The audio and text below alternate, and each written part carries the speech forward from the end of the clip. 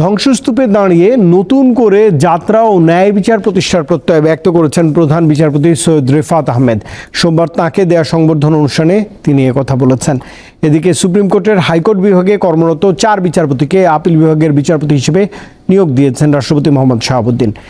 এরা হলেন বিচারপতি জুবায়ের রহমান চৌধুরী, বিচারপতি সৈয়দ মোহাম্মদ জিয়াউল করিম, বিচারপতি মোহাম্মদ রেজাউল হক ও বিচারপতি SM ইমদাদুল হক।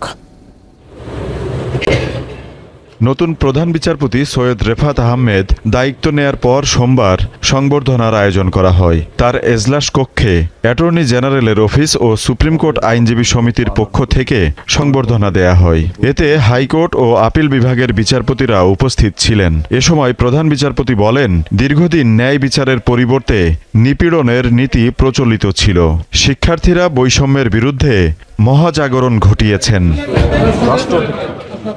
সুপ্রিম কোর্ট আইনজীবী সমিতির সভাপতি বিচার বিভাগকে সাহসের সাথে দায়িত্ব পালনের আহ্বান জানান। বলেন, এতে গণতন্ত্র ও মানবাধিকার নিশ্চিত হবে। বিচার বিভাগ যদি শক্তিশালী না হয়, মানবাধিকার নিশ্চিত হবে না। মানুষ ন্যায় বিচার থেকে বিচ্যুত হবে, ন্যায় বিচার থেকে তারা কোনো বঞ্চিত হবে।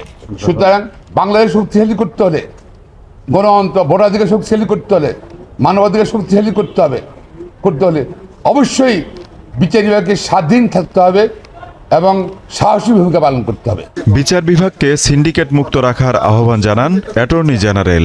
রাজপথ থেকে বিচারপতি নাম বলা হয়, অমুককে প্রধান বিচারপতি নিয়োগ করা হোক। এটা বলেছি যে পৃথিবীর ইতিহাসে বিরল, এই জন্য আমরা গর্বিত এবং ওনাকে সেটা স্মরণ করে দিয়েছি। বাংলাদেশের বিচার বিভাগে যে সিন্ডিকেট চলে আসছে দীর্ঘদিন ধরে, সেই সিন্ডিকেট ভাঙতে হবে ন্যায় বিচার প্রতিষ্ঠা করার জন্য, মানুষের অধিকার প্রতিষ্ঠা করার জন্য। তিনি জানান, বিচারকদের সততা ও নিষ্ঠার সঙ্গে দায়িত্ব পালনের আহ্বান জানিয়েছেন প্রধান বিচারপতি।